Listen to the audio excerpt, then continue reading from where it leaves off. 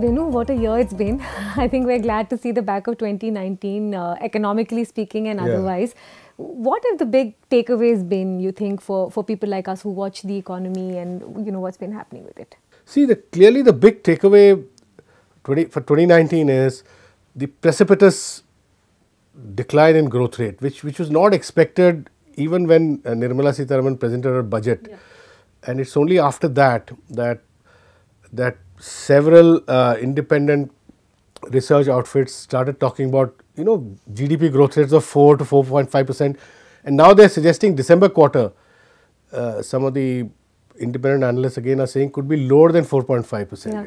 GVA, gross value add. Now this decline on the back of both consumption declining or not picking up, private investment not picking up for some years now. More than that, I think what characterizes 2019 really is how the fiscal situation, the fiscal deficits of center and states just spiraled out of control. Yeah, and the background to this, Mitali, is how non-transparent the government has been so far in their budget numbers. Even when Nirmala Sitharaman presented a budget, the government did not fully reveal the huge revenue hole of nearly 1% of GDP, right? Yeah. Now that situation continues, and with corporates having been given a big, tax cut, I am told that the revenue shortfall this fiscal overall could be upward of 2 lakh crore. Now, where do they make up this shortfall? And what is worrisome is that so far, in the absence of consumption or private investment really stoking any growth. Yeah. Growth, government spending, whatever GDP growth that we have got has largely been on the back of government spending. Yeah. Now, my fear is that the government spending, because of this fiscal crisis, government spending may also decline. And only yesterday, the Kerala finance minister, after their meeting on GST with the finance minister Nirmala Sitharaman, all the finance ministers were, state finance ministers, saying that states would probably spend much less this fiscal in real terms than even last year. Now, that worries me because that could be catastrophic, because the only engine which is so far providing some fillip to growth is government spending. Yeah. So that, to my mind, is in fact, Venu, I think the government has very candidly started building the case for itself, saying the FRBM Act allows for a little bit of maneuver on the fiscal deficit. But I think for many of us, the fiscal deficit was not even a point of contention because of how poor growth is. The other thing I want to talk about is my fear of how 2020 actually becomes more crucial than 2019. I mean, this financial year is all but done. As you said, Q4 is bound to be a disappointment. But I think it makes the case so much stronger for something to happen in 2020. If not, this growth is actually headed to a much worse place. I mean, we were chatting, earlier about what Arvind Subramaniam's observation was. Absolutely. About the economy. He has said that the economy is in the ICU. Yeah. I mean, ICU is a very strong term to use, and Arvind Subramaniam should know, because he was very closely tracking had his hands deep into that situation, economy until recently, until he resigned last year. Yeah. So and one reason why Arvind Subramaniam makes out his case that the economy could be in the ICU is that he expects a second wave of financial sector meltdown, crisis in the financial sector, probably which would come from the NBFCs. Yeah. In this context, Mitali, one data point which I keep sort of repeating, which is really worrisome, which I don't think exists in any other economy, which may also be slowing down, right, around the world, which is an 88% fall in the total credit to the commercial sector, banks and NBFCs together. 88% fall. It has fallen in the first 6 months of this fiscal. It has fallen from 7 lakh plus crore last year to barely 90,000 crore this year. Now, can you imagine what this means? And some of the Mumbai analysts are now saying that this is a bit like your diet, your protein diet or healthy diet being reduced by 90%, and you are being asked to run a marathon. Yeah. Can you do that? Yeah. Can the economy do that? Yeah. So I think this is a big worry for me, and credit is not picking up credit to industry, and NBFC, whatever NBFC was doing in the last 4-5 years in the absence of banks not lending, because banks were repairing the balance sheet. Now NBFCs are in that position, they are repairing the balance sheets. They have entered into inter-creditors agreement with banks. They owe banks some 2.5 lakh crore. Yeah. Now, all those will have to be recognized in this quarter actually. You know, they have not yet been recognized because NBFCs have not done asset quality review. Is it your fear, Venu, that as some people have pointed out, there's a second, sort of tsunami coming from the financial side? I mean, we've had, dribs and drabs. SBI suddenly said, oh, guess what? We didn't provide for all these bad loans, so here we are. Bank of Baroda did it. Karvi is a very small episode, but there is collateral damage to banks from that as well. Absolutely. Is it your sense there's more coming from this financial space in terms of a body blow to the economy? Yeah, if not a tsunami, a mini one. I would say there is a mini one which is coming because of lack of recognition of reality, and now it is widely being recognized that the NDA in the first 5 years did not take the bull by the horn, did not address the financial sector issue squarely. All it did was it embarked on a major exercise to repair bank balance sheets. Even capitalization of banks were in dribs and drabs, and then NBFCs took the burden the first 5 years until say 2018. NBFCs were lending. In fact, 70% of all incremental lending from 2015 2018 were coming from NBFCs. Banks were not. Now, as I said, NBFCs are also now not lending, right? Yeah. They are also shrinking their balance sheet. So, so there you are. I mean, the credit to industry, to commercial sector in decline, and as Arvind Subramaniam says, the second wave, I don't know what it entails, because the way DHFL is going, for instance, it has been referred to NCLT, mind you, without even recognizing properly the NPAs. Banks have not recognized DHFL as an NPA, and in a very non-transparent way, it has been put in NCLT. Now somebody will come and pick up that company. We'll never know what happens to the 25,000 crore which, as per this KPMG forensic audit, have not, you don't know where DHFL has lent, who's got the money to related parties, to box companies as they call, which has happened with Reliance Capital, which has happened with other NBFCs, India Bulls. Now this is what I feel will be the second round of this mini tsunami which might be coming at us. The other part of what stands out this year for me, Venu, and going into 2020 is how this finally became about individual persons and not a macro vanilla economy story. Now it's beginning to pinch people on an individual basis. The fact that consumption has slowed down to the degree it has, the fact that they are now getting a double blow in terms of what's happening with inflation, and that now banks admit, as you were saying, that even retail loans have not done as well as it was being painted out to.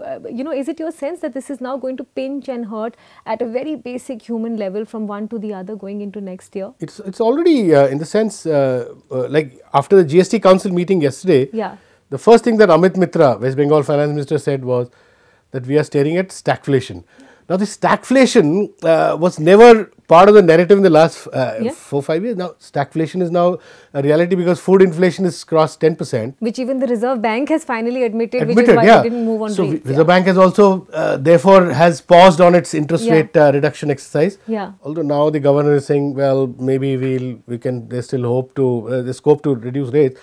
But the fact is, whenever food inflation crosses 10%, Mitali, in the past also we've seen in the UPA, UPA 2, the political economy starts kind of heating up, and I link that to all these protests. The way, food inflation rising, rural wage growth still being negative in real terms.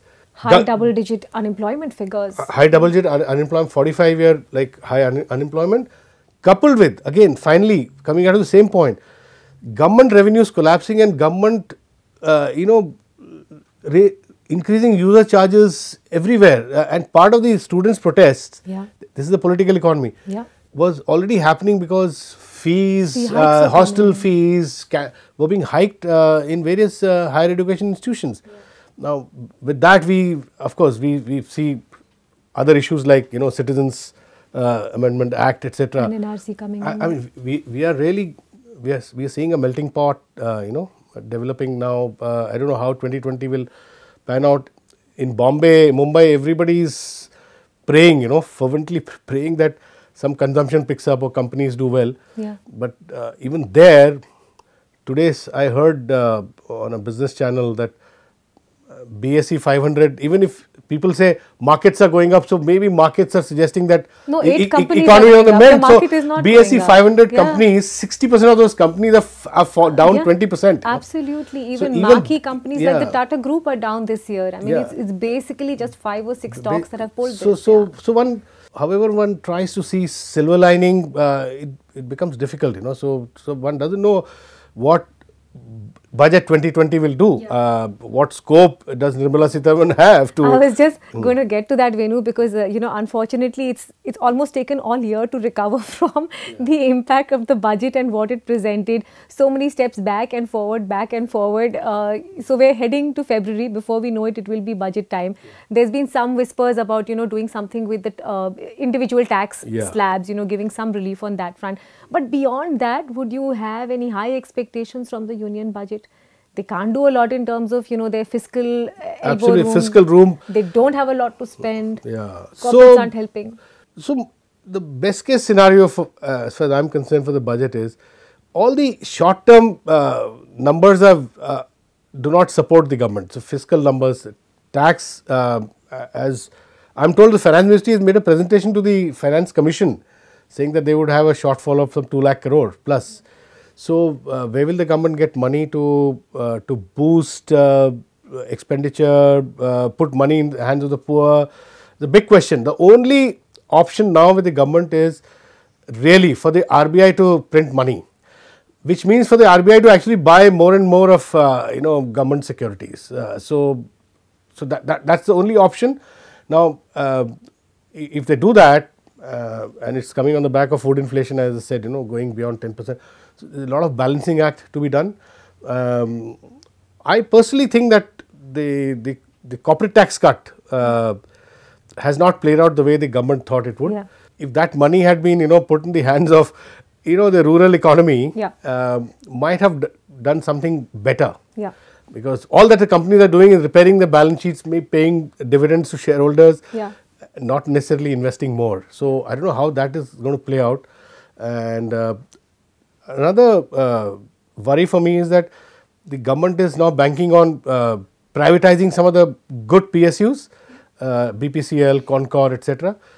Now, when you set a deadline for in terms of a fiscal deficit, you have to by 31st March, and you will do it via the route of privatization. So the potential buyer will beat you down. No, it's a bit like if you try to sell your house and if you tell your potential buyer knows that you have to do it within a month or two, he will obviously just quote beat the you worst down. possible figure. So I think that the government has to be very careful about that.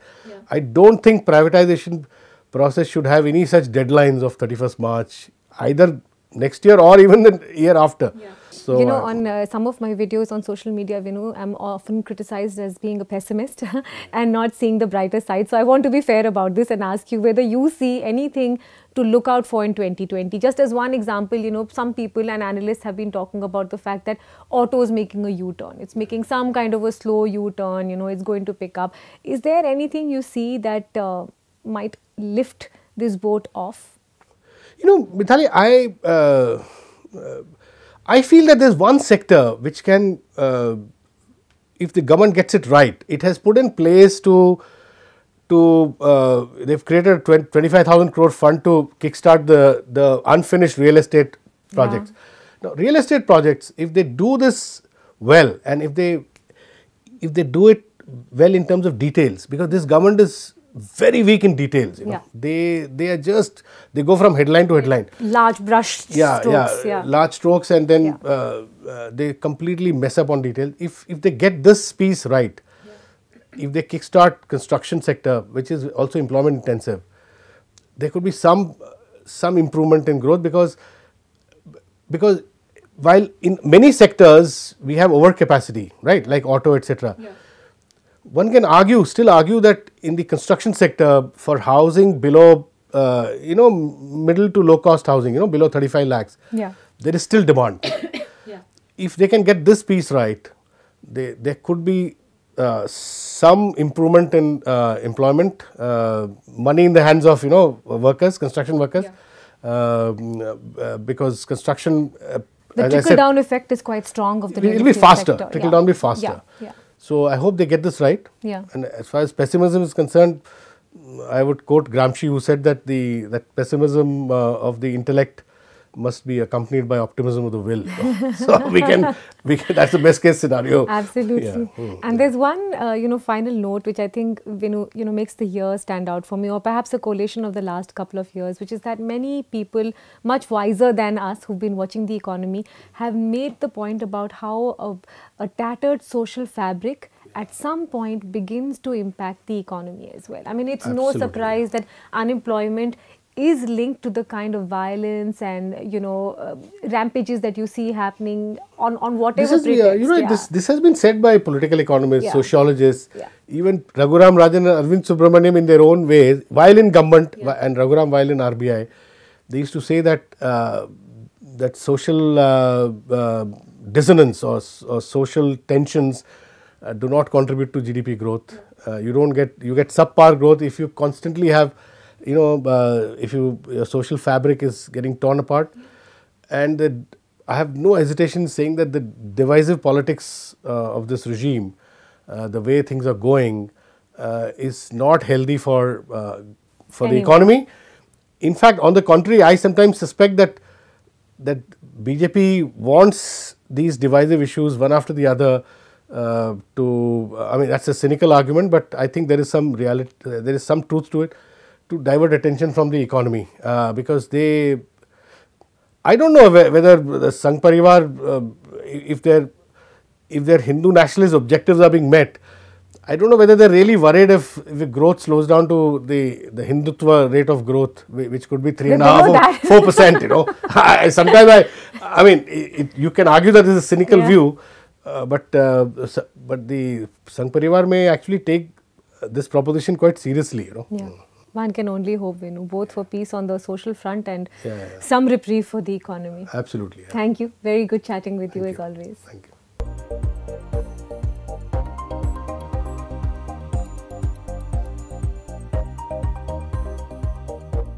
To receive instant updates on all videos from The Wire, click the subscribe button and hit the bell icon. Pay to support independent journalism. Click the link in the description and choose the amount you want to pay.